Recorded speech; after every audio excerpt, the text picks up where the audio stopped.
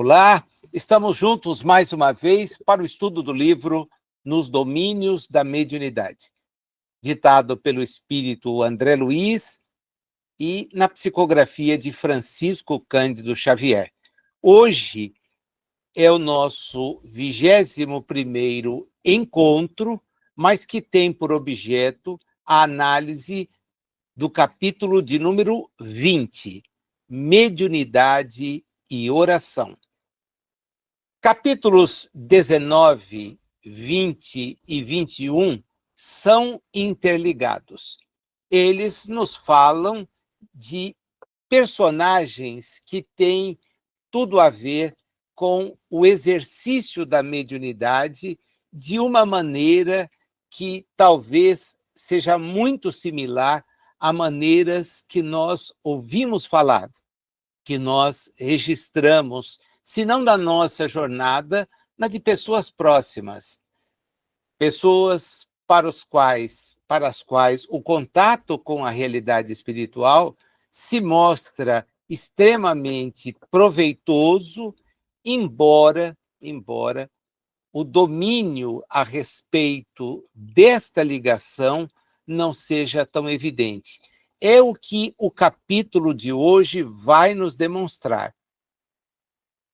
Desde que Allan Kardec tomou contato com os espíritos que se manifestavam através das mesas que giravam, e depois teve a chance de interrogá-los, seja usando a cesta de bico, ou mais tarde a psicografia e também a psicofonia, fica evidenciado para ele e para nós que a realidade espiritual e a realidade material são faces de uma mesma moeda. Estamos juntos num processo que é um processo que objetiva a nossa evolução. Os que se encontram desencarnados em detendo condições podem nos ajudar.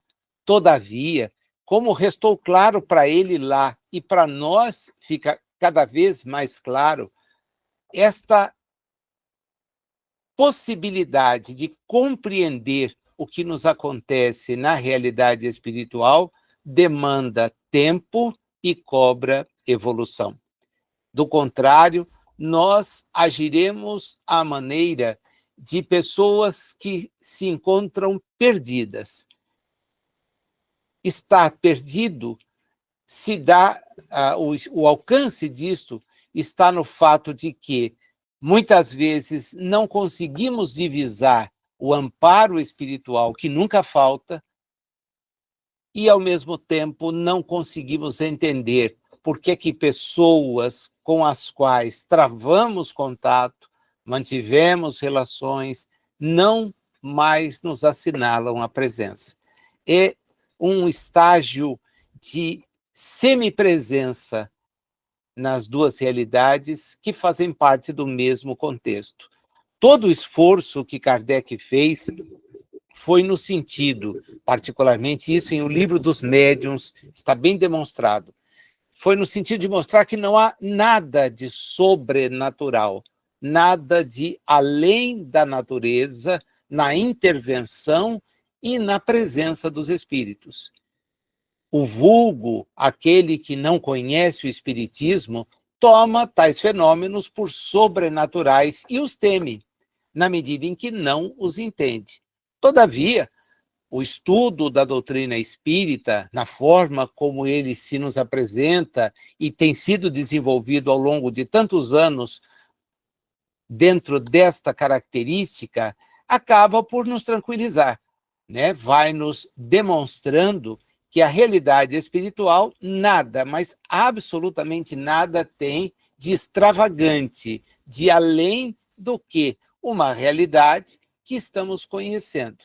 Mas, Nazil, nós não tivemos acesso a ela, então o capítulo de hoje vai oferecer algumas pistas para que nós possamos, talvez, nos localizar.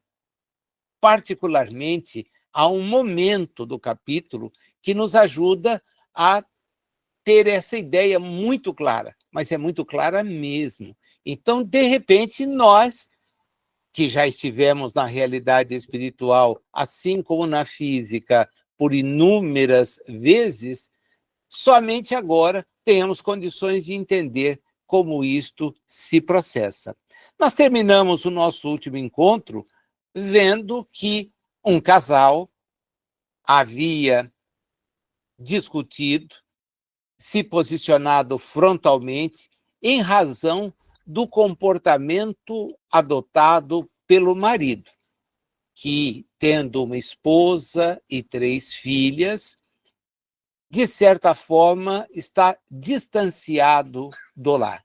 Chama a nossa atenção que o pensamento daquela pessoa que com ele está vinculada nesse relacionamento afetivo era percebido no ambiente, primeiro, pelos amigos espirituais. Então, Aulus, André Luiz e Hilário identificam aquela figura feminina que parece ensombrar o ambiente em que eles estavam ligados para acompanhar determinada situação a pedido de uma amiga de trabalho espiritual de Aulus.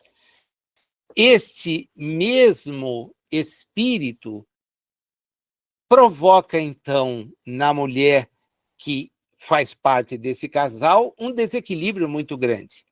E ela, temerosa, chora, lamenta, porque não consegue entender, embora guarde alguma noção do que se trata.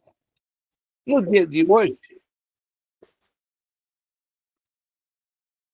dia de hoje, nós vamos, então, buscar compreender de uma maneira assim mais efetiva esta ligação e como é que ela vai ser tratada pelos amigos espirituais, particularmente por Aulus, a companheira que estava ali percebendo a sua presença, tem uma postura de algum desconforto que vai se transmudar para raiva, etc., e depois vai nos apresentar uma grande surpresa. Também vimos que a família tem, junto consigo, uma senhora que está muito doente. Acamada, ela aguarda, e sabemos aqui que por questão de horas, o processo da desencarnação. Então a gente vai entrar numa nova realidade. Das 3 filhas, uma, a mais nova, está ao lado da avó, a pedido da mãe.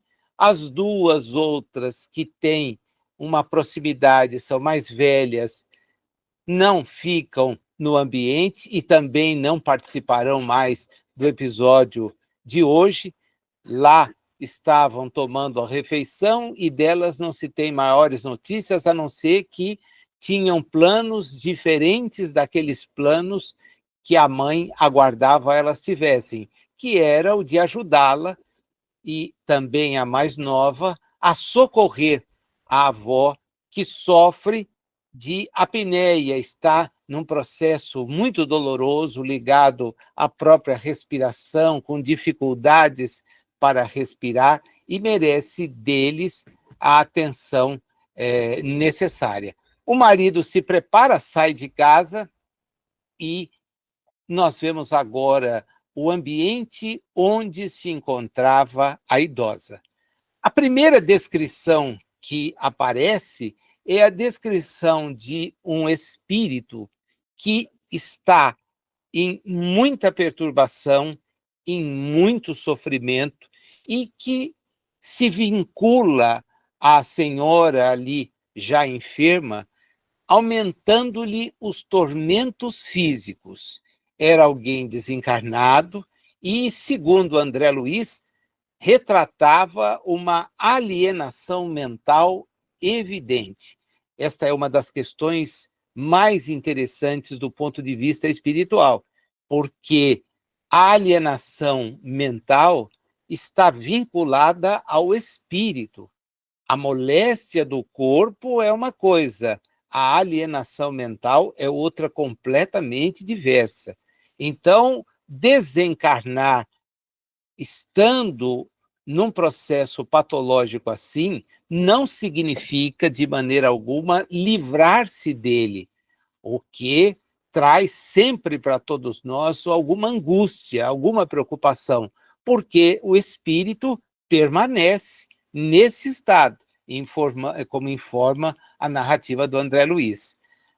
Anésia chega próximo à mãe, quer ajudá-la, né, e, ao mesmo tempo, ajudar a si próprio, quando o Aulus, então, nos apresenta a doente. É Elisa, que está num estágio avançado de liberação do corpo, vive as últimas horas no corpo. Hilário, então, pergunta, a curiosidade que todos nós teríamos também, mas quem é este homem que lhe guarda a cabeceira? Quem é que está ao lado dela? É um infortunado filho da última reencarnação, desta em que ela se encontra. Ele está há muito tempo fora da experiência física.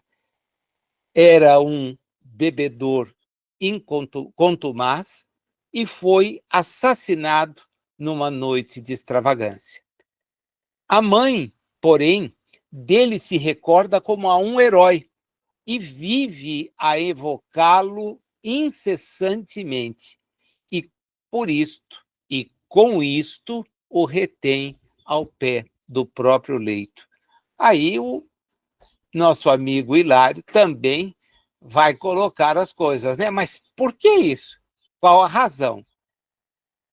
Como Aulus entende que o momento não é propício, e nós vamos compreender pela leitura do próximo capítulo, não deste, infelizmente, ele pede para que o assunto fique para outra hora. Vamos ter serenidade, diz ele, e a gente vai ter chance de depois ver esse caso melhor. Vamos nos concentrar no caso da Anésia. Veja, nós estamos ao lado de alguém nos últimos momentos na encarnação, na reencarnação, mas ele não quer se concentrar no caso da desencarnante. Ele quer primeiro buscar resolver a situação de Anésia. A outra está em vias de liberar-se do corpo. O importante agora é centrar a atenção naquela mulher que está perturbadíssima em razão da visão que teve, em razão do comportamento do marido, em razão da discussão que teve com ele. Ela é carecedora de ajuda. E ela, então, vai justificar o título, Mediunidade e Oração. Tá? É dela o capítulo. É em razão dela que nós temos todo o desdobramento que vai aparecer a partir de agora para o nosso estudo. A mulher que ali está acusa o estado da mãe, né? Ela percebe, porque chegou ao ambiente vinda das tarefas do dia, já é o avançado da noite, né? Já ultrapassaram o horário da janta, etc. E ela percebe que a mãe está como se fosse aloucada, muito distante. As duas palavras sugerem para nós a ausência. Então, a mãe está ali naquele estado mórbido, próxima da desencarnação e distante do ambiente em que o seu corpo está. Espiritualmente, não. A filha, ao perceber o desespero da mãe, que vê aflita a sua própria genitora num estado de preocupação, diz: mamãe, vovó não está pior, não chore, né? E ela, então, entende que esse é o momento, então, para realmente tentar se concentrar melhor, tentar mudar um pouco o pensamento, porque ela vem de um processo de desgaste em relação ao marido, vem perturbada pela visão e vê a mãe ali, de certa maneira, despedindo-se da encarnação, sem que ela possa ter essa noção exata de que falta pouco tempo para isso. É Aulus quem nos previne sobre o que vai acontecer, e é convidada pela menina a se asserenar, né? É verdade, como registra André Luiz, que a menina não tem noção do que está torturando a própria mãe. Ela não consegue entender isto, porque no momento em que o pai e ela discutiram o que estava vendo, com palavras ríspidas, com trocas de farpas entre eles, a menina já tinha ido para o quarto e as outras duas estavam fora, né? Não tinham não tinham ficado para acompanhar. É a mais nova que fica e recebe o pedido da mãe para ir fazer companhia da avó, porque ela já vai para lá. Ela gostaria de ter a presença da Marcina e da Marta, que são as outras duas filhas, mas, como elas alegaram que uma amiga fazia aniversário, uma amiga que com elas trabalhava, cuidaram de ir embora, saindo da casa. Ela, então, nesse momento, ao lado da pequena filha, faz o que houvera se comprometido a fazer e que houvera combinado ou convidado o marido e as outras para que participassem, uma oração em favor da mãe, né? Uma oração em favor da mãe que está agonizante. É aqui, meus amigos, minhas amigas, que vem a lição que agora há pouco eu chamava a atenção de vocês, nos surpreenderia, né? Porque à medida em que ela fazia a sua prece, interiormente ela se modificava, né? Aquela tristeza que, de certa maneira, sufocava, que a deixava amargurada, desesperada, começa a ceder lugar a um ambiente de conforto. É como se uma luz lhe viesse do íntimo, afastando aqueles sentimentos de dor, de tristeza, em razão da desavença e do que ela imaginava ser o comportamento do marido. Era a senha, né, para que desencarnados, sofredores, que estivessem nas imediações, viessem, abeirando-se do ambiente, à maneira de doentes em busca de medicação. Olha que coisa interessantíssima. Ela faz uma prece, está encarnada, e atrai desencarnados que estão nas proximidades. São doentes buscando remédio. Doentes buscando remédio. Mas, curiosamente, eles não vão assinalar a presença nem do Aulus, nem de André Luiz, nem da Teonília, nem do Hilário. Nenhum deles, os 4 desencarnados ali, em missão de amparo, não serão percebidos. Eles perceberão a encarnada em prece. Do seu íntimo vai brotar aquela luminosidade que os atrairá. Olha que coisa muito interessante. Nós estamos, então, percebendo, de alguma maneira, a dificuldade que é ao espírito que não detém maior elevação, que não reúne informações a respeito da realidade espiritual, exceto pela fantasia religiosa de um céu e de um inferno inconcebíveis, a não ser pela nossa própria mente, no transcurso desses milênios em que temos tido a chance de refletir a respeito disso. eles vão ali buscar numa encarnada o socorro. É dela que eles vão, de alguma forma, tentar obter. E aí o Aulus nos presta um esclarecimento que ajuda mesmo a compreender toda a situação. São companheiros que ainda trazem à mente em teor vibratório idêntico ao da existência da carne. Na fase em que estagiam, mais depressa se ajustam com o auxílio dos encarnados, em cuja faixa de impressões ainda respiram. Quantos se encontram em semelhante estado, dentro do raio de ação das preces da nossa amiga, recebem o toque de espiritualidade que emana do serviço dessa natureza.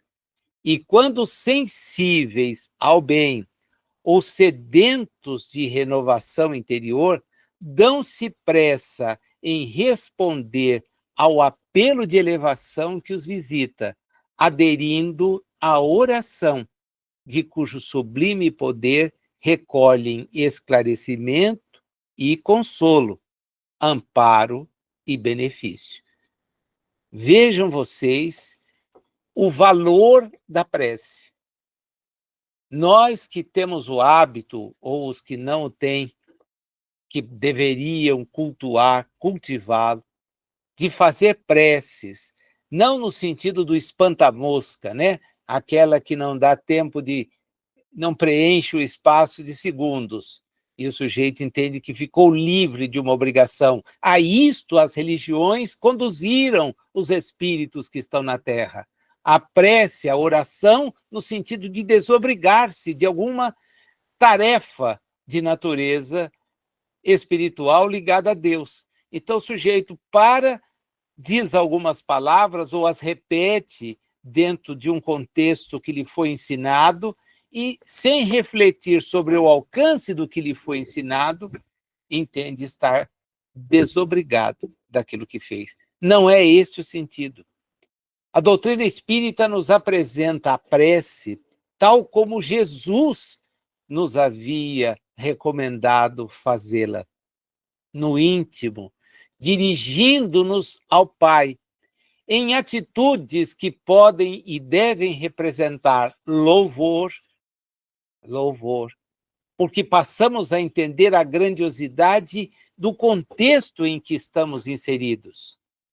Agradecimento, porque até mesmo as dificuldades da jornada são para todos nós uma oportunidade preciosa de quitar desvios de ontem. E se estamos quitando débitos, é necessário agradecer. Imagine nós, que somos, de certa maneira, beneficiados pelo conhecimento que a doutrina espírita nos traz, o quanto a gratidão precisa estar expressa nos nossos pensamentos, porque já não tergiversamos mais, já não tateamos mais no escuro, já temos informações justamente a respeito daquilo que somos, e longe de manter ideias fantasiosas, temores fantasiosos, vamos tendo a consciência da nossa própria responsabilidade e, por isso, nos tornamos gratos. Somos agradecidos por já saber o que sabemos. Evidentemente, isso nos traz responsabilidades. A quem muito se deu, muito será cobrado. Então, já está na hora da gente perceber que, ao lado de tantas informações, tantos conhecimentos, algo vai exigir de nós uma mudança de postura. E é isto que os espíritos tanto insistem. Este livro que estamos estudando tem sido categórico nesse ponto. Aqueles que recebem a possibilidade até de perceber-se intermediários da realidade espiritual sabem os compromissos que têm para consigo. Ninguém busque entender a mediunidade como um compromisso para com os outros. O capítulo vai mostrar isso agora. Ela serve de ponto de apoio porém cada um deles, na medida em que se apressa em atender o apelo de elevação que a prece lhes proporciona, efetivamente poderá lograr avançar. O Aulus faz um comentário que, sem dar spoiler, né, é o comentário que vai fechar o capítulo, porque ele agora diz assim: quanto valor num insignificante ato de fé, né? Quanto valor num insignificante ato de fé. Ao que o Aulus, então, afagando a fronte do Hilário, complementa: sim, o homem terrestre criou enormes complicações ao seu caminho. Contudo, a morte constrange-o a regressar aos alicerces da simplicidade para a regeneração da própria vida. É necessário voltar, né? Ter posturas de efetivamente muita simplicidade. As nossas existências nos cumulam de exigências completamente descabidas, com as quais nós perdemos aqueles pontos preciosos que são consumidos de maneira equivocada. Então, passam-se os anos, passam-se as oportunidades e nós estamos distantes daquilo que nos poderia fazer ganhar a reencarnação. E ela vai se somar a mais uma das tantas que temos tido e que nos impedem de avançar. Por quê? Bom, porque nós criamos as complicações. E toda complicação gera encargos. Encargos que muitas vezes nos retardam o próprio evoluir, a própria evolução. Orientada pelos amigos espirituais, Anésia abre um livro que continha meditações sobre textos evangélicos. E, acreditando que estava fazendo aquilo por acaso, mas o tema era um tema escolhido bem ao propósito por Teonília, ela vai lê-lo e interpretá-lo para a filha, para a mãe e, como sabemos agora, para um grupo muito maior de pessoas que ali se encontrava, sem que elas pudessem assinalar a presença deles. O texto fala sobre trabalho e perdão. Trabalho e perdão. Dócil àquela influenciação da amiga espiritual, ela começou a falar sobre os impositivos do serviço e da tolerância construtiva em favor da edificação justa do bem. A sua voz, que era até agora há pouco aflita, coberta de preocupações, se faz fluente e suave. E ela transmitia, sem nem mesmo dar-se conta, o pensamento de Teonília, que com isso buscava socorrer-lhe o espírito atormentado. Para refletir, e a menina, Márcia, rapidamente diz: continue, mamãe, continue. Eu tenho a impressão que nós estamos diante de uma enorme multidão.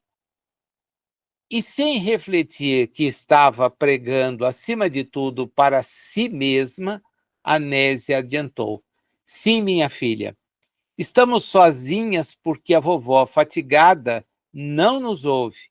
Isso, porém, é só na aparência. Muitos irmãos desencarnados, de certo, permanecem aqui conosco e acompanham o nosso momento de oração. E prosseguiu nos comentários que efetivamente traziam para ela própria um novo ânimo e naqueles que ali estavam, davam esperança, esperança. Aquelas almas, aqueles espíritos ali, segundo registra André Luiz, precisavam de duas coisas: de paz e de refazimento. Atormentados, certamente, que se encontravam por esse estágio de não se perceber em nenhuma realidade. E isto é algo que deve trazer para o espírito, e não acredito que nos nossos não tenha provocado um desconforto muito grande, porque não vivemos mais a realidade material. Entretanto, não estamos integrados na realidade mais ampla. Nossa postura é de efetivamente pessoas sem um lugar, sem um lugar. A conversa, a prece, lhes permitiria, o texto não vai esclarecer, certamente mudar a própria sintonia vibratória. E quem sabe, mudando a sintonia, passassem a perceber a realidade onde se encontravam. Ali estavam, só para a gente reforçar, 4 espíritos em missão socorrista, e que certamente não se furtariam em esclarecê-los, em orientá-los. Entretanto, eles não os percebiam. Eles estavam ligados na prece, nos esclarecimentos, na, entre aspas, pregação que a nossa amiga Nécia fazia. E ela entendia que falava para a mãe, falava para a filha, mas não falava para si mesma, nesse instante não imagina isto, e, de certa forma, pelos conhecimentos que tem, entendia que podia estar amparando outros espíritos, mas não consegue divisá-los, não tem a atenção acurada. A filha precisa sair e se despede da mãe.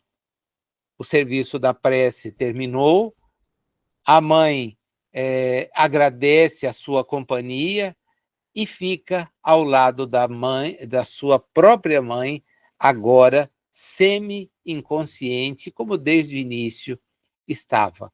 Ela faz um gesto de carinho, acomoda a mãe melhor na cama e, tendo um espaço no leito, nele também se acomoda, como que procurando pensar, pensar. Eis que, então, o nosso amigo Aulus diz para Teonília: é o momento exato.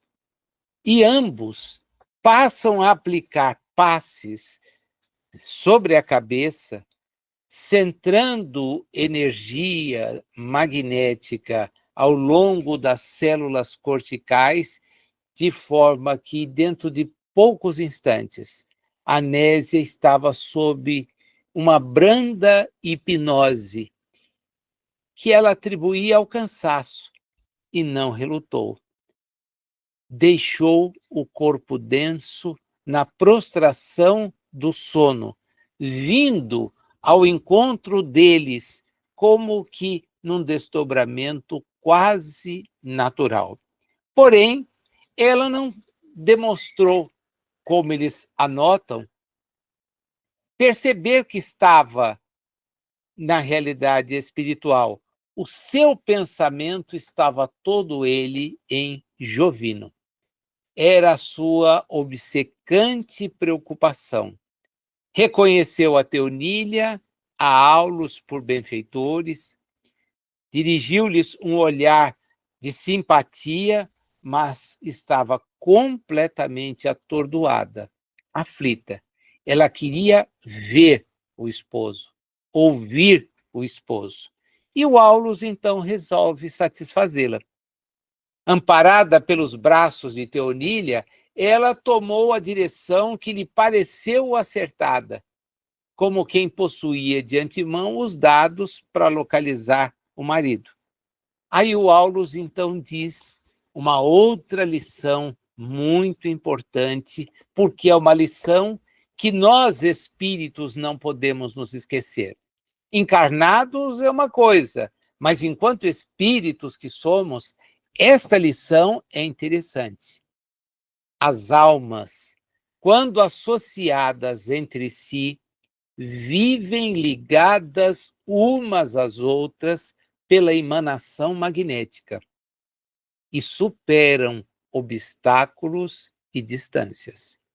É muito importante guardar isso enquanto espírito, porque se encarnados nós podemos manter a afinidade mental, desencarnados, isto é, libertos do corpo aqui provisoriamente. Ela estava preocupada com a mãe, foi fazer uma vigília ao lado da mãe, porém recebe esse influxo, esse amparo espiritual de energia e abandona o corpo. Vai se nutrir de alguma informação? Vai entender as coisas? Não. Ela vai ligada ao marido buscar saber onde ele está. Ela quer fazer isso. E o Aulus diz, vamos lá, vamos acompanhá-la. E eles chegam, então, a um clube noturno, onde Jovino e a mulher, que estava no pensamento dela, identificada por André Luiz e os demais amigos, quando foi atrás de Jovino, quando voltou, no momento em que Anésia ficou só, ele estava ao lado dela. Eles tinham a companhia de inúmeras entidades que eram estranhas a eles, né? E tais entidades formavam um círculo de vampiros que não registravam a presença dos amigos espirituais. O anedotário entre eles prendia as atenções de desencarnados e de encarnados. Ao defrontar o companheiro na posição em que se achava, ela, Anésia, desferiu um grito doloroso e caiu em pranto. Recuou ferida de aflição e assombro. E tão logo nos vimos na via pública, o assistente a abraça paternalmente. Notando-a mais senhora de si, porque até aquele momento ela estava concentrada no marido, e chega lá e presencia justamente o marido na companhia de outra, num ambiente, não identifica as outras entidades, mas tem os olhos para ele e o vê ao lado da mulher com quem ele agora mantinha esse relacionamento fora do casamento. Ela ouve, então, Aulus dizer-lhe com todo o carinho possível: minha irmã, recomponha-se. Você orou e pediu assistência espiritual. Aqui nós estamos e viemos lhe trazer solidariedade. Reanime-se, não perca a esperança. Esperança, diz ele. Fui traída, miseravelmente traída. Traída por quem? Diz o Aulus. Pelo meu esposo. Ele falhou nos compromissos do casamento. Aí, meus amigos, vem uma lição que é preciosíssima, porque através de duas perguntas, de 4 perguntas, me perdoem, o Aulus a faz pensar, e a todos nós também. Mas você admite, porventura, que o casamento é uma excursão no jardim da carne? Supôs que matrimônio terrestre fosse apenas a música da ilusão a eternizar-se no tempo? Minha amiga, o lar é uma escola em que as almas se reaproximam para o serviço da sua própria regeneração. com vistas a um aprimoramento que nos cabe apresentar, mas é no futuro, tá? Você ignora que no educandário, me desculpem, há professores e alunos? Desconhece, por acaso, que os melhores devem ajudar aos menos bons? Vejam vocês, para as duas primeiras perguntas, ele dá a resposta. Para as duas últimas, ele deixa que ela reflita.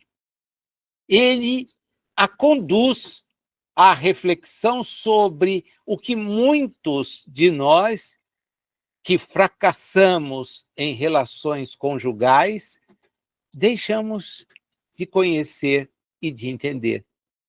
Porque se a fase do namoro, do noivado, das promessas e mesmo do início de uma relação nos faz guardar entusiasmo, isto não se mantém no curso do tempo. Para que tal ocorra, é necessária uma dose imensa de compromisso e de renúncia. Mais do que isso, Aulus a coloca para pensar na sua própria situação. Estamos numa reencarnação, num mundo de expiações e provas, chamado com muita cuidado por parte de Emmanuel de uma escola. Aos que o chamam de hospital, aos que o chamam de asilo, aos que o chamam de uma série de coisas. Mas Emmanuel insiste na tecla da educação. E, num educandário, existem os que ensinam e aqueles que frequentam na condição de alunos.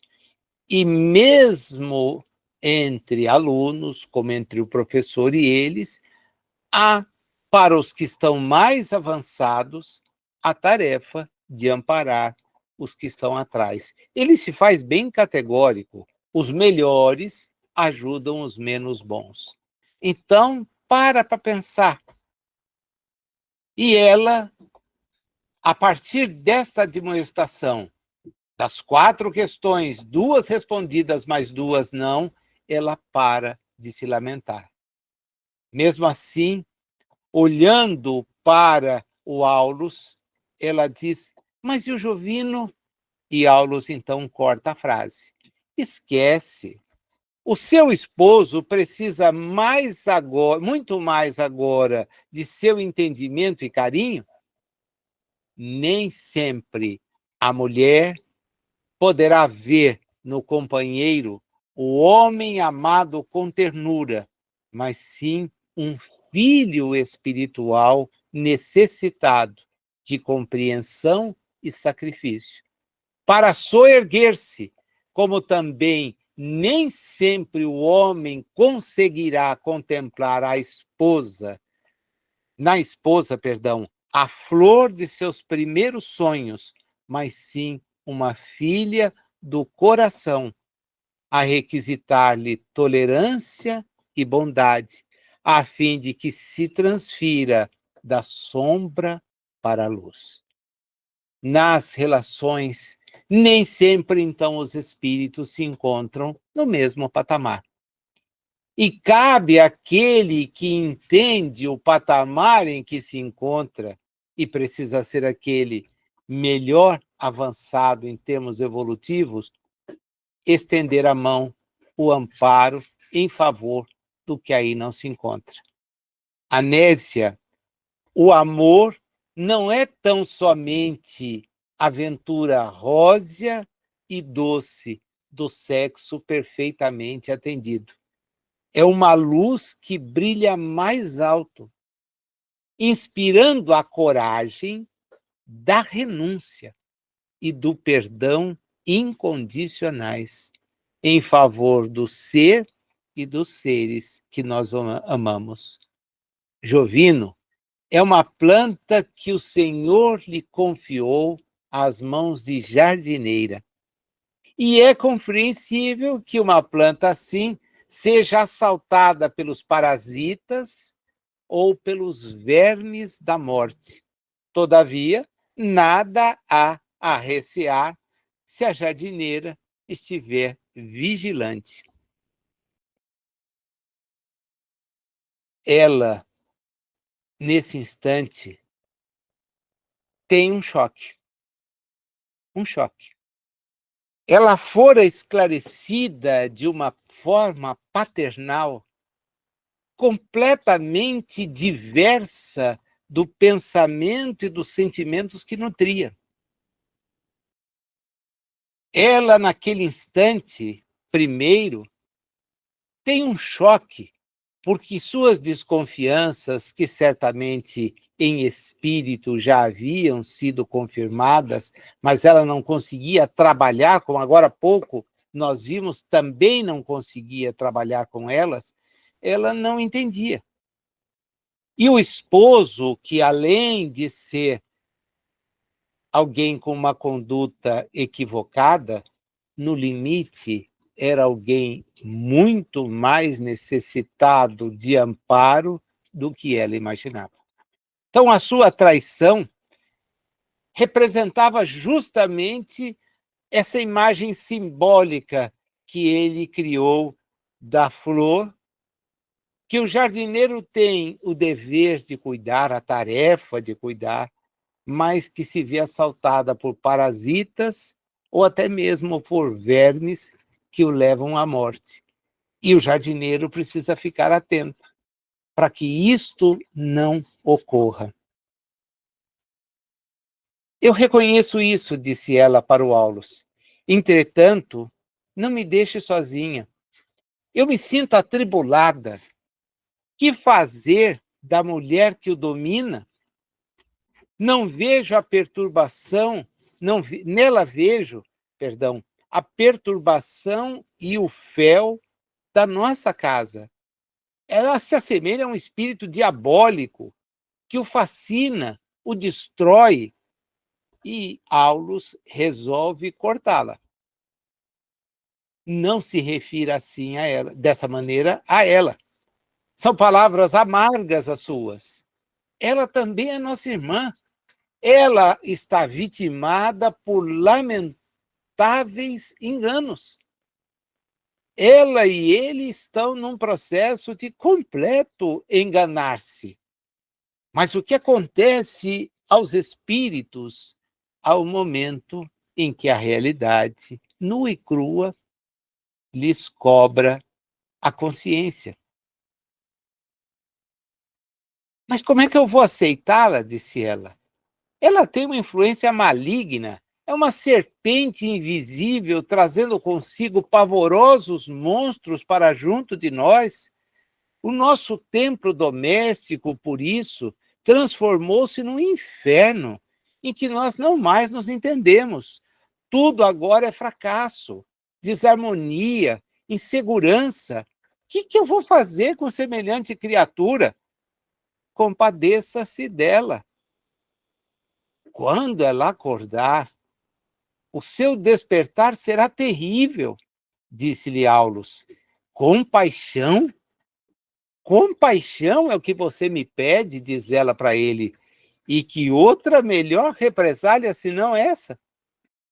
Pare e pense. Mas não seria mais justo, diz ela, colocá-la em situação de reparar os próprios erros? Não seria mais certo relegá-la ao lugar escuro que merece? Aulus toma-lhe a mão, inquieta e esclarece. Vamos nos abster de julgar, minha irmã. Vamos nos abster de julgar. Jesus, de acordo com a lição que hoje tivemos a oportunidade de ouvir e que você expôs, nos ensina que o amor deve ser a nossa única atitude para com os adversários. A vingança, Anésia, é a alma da magia negra. Mal por mal significa o eclipse absoluto da razão. E sob o império da sombra, que poderemos aguardar que não seja cegueira e morte? Por mais aflitiva lhe seja a lembrança dessa mulher, recorde-a em suas preces, porque ela é uma irmã necessitada de nossa assistência fraterna. E vem, então, a chave para que ela possa entender e, de certa maneira, aceitar o comportamento. Não readquirimos nossa memória integral do passado. E não sabemos o que nos ocorrerá no futuro. Quem terá sido ela no pretérito? Alguém que ajudamos ou ferimos? Quem ela será para nós no porvir? Nossa mãe ou nossa filha? Não condene. O ódio é como um incêndio que tudo consome, mas o amor sabe como apagar o fogo e reconstruir. Segundo a lei, o bem neutraliza o mal, que se transforma, por fim, em servidor do próprio bem. Ainda que tudo pareça conspirar contra a sua felicidade, ame e ajude sempre, porque o tempo se incumbirá de expulsar as trevas que nos visitam, à medida que se nos aumente o mérito moral. Meus amigos e amigas, olha o alcance. Ele não foi desvendar o passado, mas deixou uma lição. Também não descortina o futuro, mas nos dá a prevenção. É a lição da prevenção que Jesus nos recomendou com amai aos vossos inimigos, fazei o bem por aqueles que vos odeiam. Não queirais tê-los na mesma condição sempre. Se temos condições de perceber a gravidade dos equívocos em que eles incorrem, tanto melhor para nós. O duro é estar na posição de quem comete os deslizes, não de quem é vítima deles. Mas nós não aceitamos. Nós clamamos por vingança, nós buscamos a vingança. E se não conseguimos obtê-la pelas nossas ações, os nossos pensamentos nos traem. E é contra isto que o Aulus vem relembrar o texto evangélico, que ela havia lido, o exercício do perdão, da compreensão. Quem nos agride deve merecer a nossa consideração, porque não somos os agressores. Devolver a agressão com outra é extinguir fogo com gasolina. Não resolve. Não se combate o mal praticando outro. O mal só cede com o bem.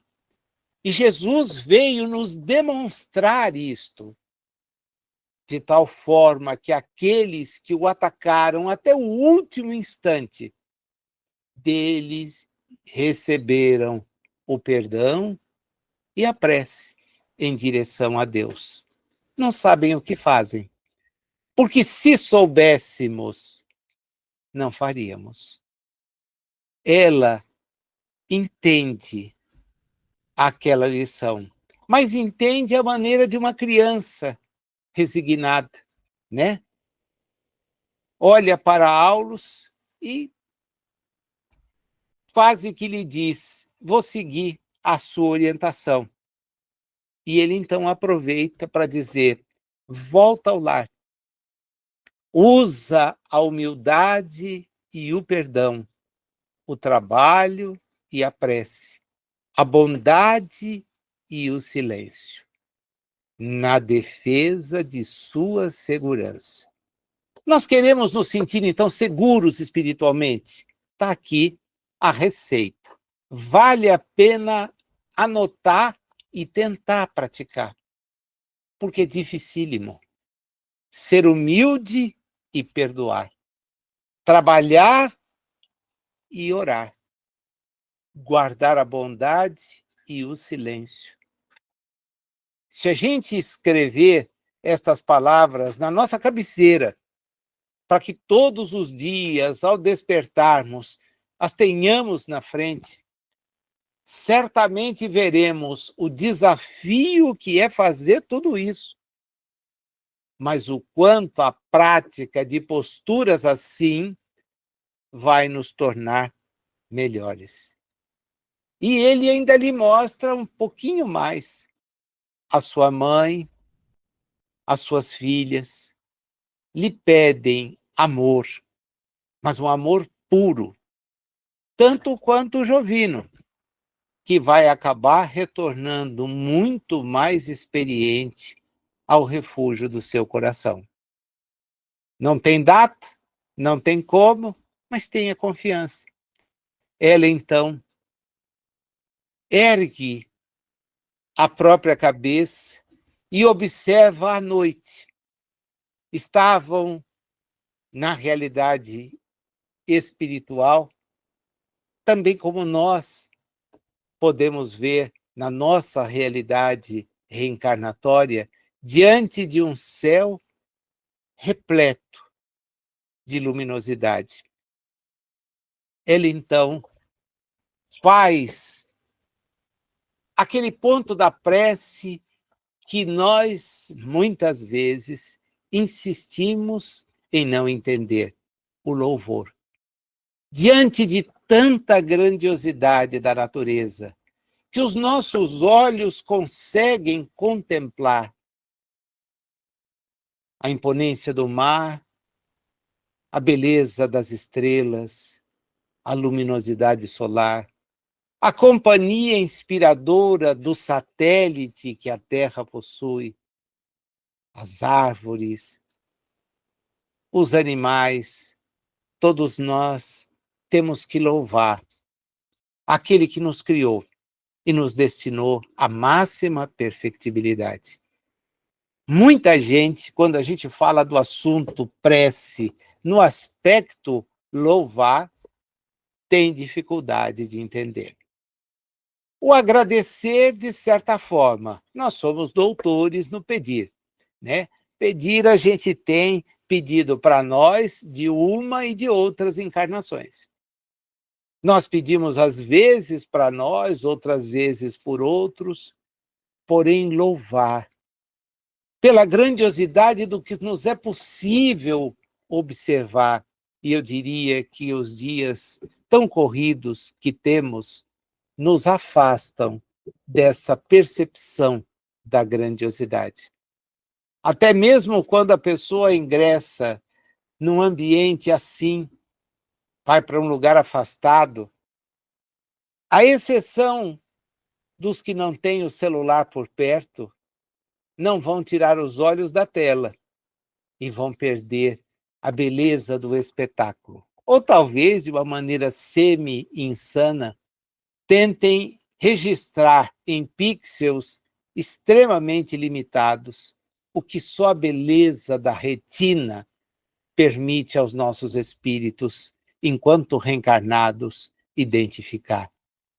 À noite, com as estrelas que nos é possível observar, já que o dia, a luz solar nos impede de vê-las, mas elas continuam aonde estão, aonde estão.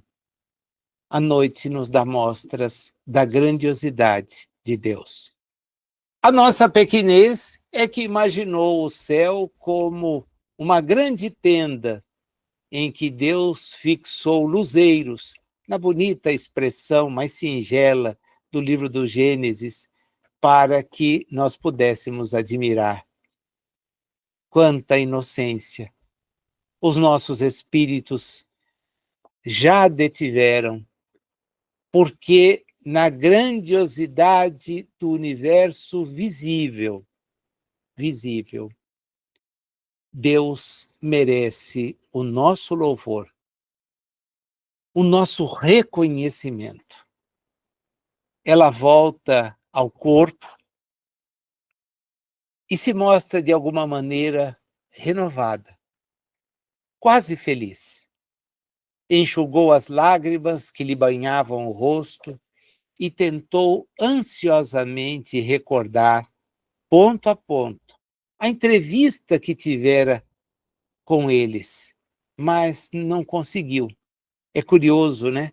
Quando a gente tem encontros assim, por mais se esforce, não consegue trazer à lembrança todos aqueles detalhes. Mas ela sente o que tais reencontros, como os contrários, também nos trazem. Ela sente um reconforto. Já não tem revolta nem amargura. Como se mãos intangíveis lhe houvessem lavado a mente, conferindo-lhe uma compreensão mais clara da vida. Recordou-se de Jovino e da mulher que o hipnotizava, mas de maneira agora compadecida, como pessoas a lhe exigirem aquilo que devemos ter mesmo, sempre, e que reclamamos tenham para conosco: tolerância e piedade. Um profundo entendimento agora lhe brotava do espírito. A compreensão da irmã superara o desequilíbrio da mulher. E pensava: que lhe adiantaria a revolta ou o desânimo quando lhe competia a defesa do lar? Fazer justiça com as próprias mãos não prejudicaria aqueles que eram a riqueza do seu coração? Em qualquer parte, o escândalo é a verdadeira ruína da felicidade. Não devia render graças a Deus por sentir-se na condição da esposa digna?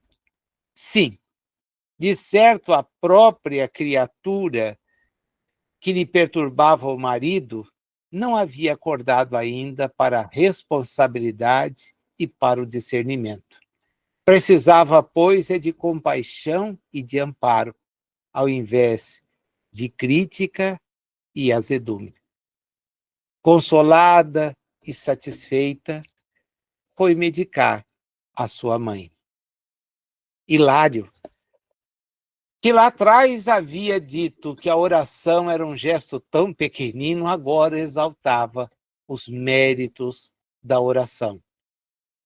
E Aulus então lhe diz: em todos os processos de nosso intercâmbio com os encarnados, desde a mediunidade torturada à mediunidade gloriosa, a prece é uma luz abençoada, assimilando correntes superiores de força mental e que nos ajudam, seja no resgate, seja na ascensão. Apontando para a Nésia, o Hilário então diz: vemos nossa amiga uma preciosa mediunidade a desenvolver-se, com que o Aulus concorda. Milhões de pessoas estão assim. Elas têm recursos medianímicos apreciáveis, que podem ser inclinados ou para o bem ou para o mal. Mas compete a cada um a obrigação de construir dentro de si mesmo a fortaleza de conhecimento e vigilância, na qual possa desfrutar em pensamento das companhias espirituais que mais lhe convenham à felicidade. E pela prece, busca solução para os enigmas que lhe flagelam a existência. Não teve tempo de terminar o Aulus, o Hilário, e o Aulus, sorrindo, disse: nós temos aqui um precioso exemplo acerca da oração. A Nésia, mobilizando-a, não conseguiu modificar os fatos em si, mas logrou modificar a si mesma. As dificuldades presentes não se alteraram. O Jovino continua lá em perigo, a casa está ameaçada em seus alicerces morais, a mãe se aproxima da morte, mas ela conseguiu expressivo coeficiente de energias para aceitar as provações que lhe cabem. Aquilo que ela estava passando lhe competia enfrentar. Ela pediu, bem, a gente não vai ter esse alcance, mas pelas informações que detém, sabe que se não pediu, alguém muito zeloso tratou de nos encaminhar para o enfrentamento necessário. Se nós as vencermos às provações com paciência e valor, o nosso espírito, diz Aulus, transformado, naturalmente vai transformar as situações. O assistente interrompeu a sua fala e lembrou-nos que tinham que voltar. Por solicitação de Teonília, ele examinou agora a doente e disse: a desencarnação está mesmo muito próxima. Com isso, André Luiz então demonstra o desejo de ver o campo orgânico. Quer saber desse momento em que o corpo libera o espírito de mais uma jornada. Mas o instrutor diz para ele: olha, a hora já é avançada. Nós voltaremos para atender a nossa amiga na próxima noite. Foi isto que me fez, então, no início do nosso estudo, no capítulo precedente e hoje, alertar a todos que os 3 capítulos são interligados. Dava para ter estudado os 3 em conjunto? Evidentemente que sim, mas acho que nós perderíamos os detalhes, a riqueza. A lição de hoje sobre a prece, eu estou absolutamente convicto, porque ela produziu em mim esse tipo de benefício. Modificou completamente. Então, quando eu faço a minha prece, de preferência sozinho, no momento adequado, refletindo a respeito daquilo, sei que estão comigo inúmeros amigos e também inimigos. Gostaria de contar sempre com a proteção direta daqueles que velam pelo nosso êxito, mas não dá para tomar-lhes o tempo, ainda que busque observar um horário mais ou menos padrão. Todos os espíritos têm seus afazeres. Entretanto, em pensamento, busco justamente a companhia deles para bem aproveitar. E vou dizer para vocês algo, numa confissão assim, muito sincera, de quem sabe das próprias inúmeras limitações. Aquelas 6 palavras que eu busco guardar são palavras complicadas para converter em aplicação diária. Vou encerrar com elas, para que a gente possa, recordando do texto e da importância delas, inscrevê-las. Humildade e perdão. Trabalho e prece. Bondade e silêncio. Se quisermos defender a nossa própria segurança espiritual. Humildade e perdão. Trabalho e prece. Bondade e silêncio. Espero você no próximo estudo. Obrigado. Até lá.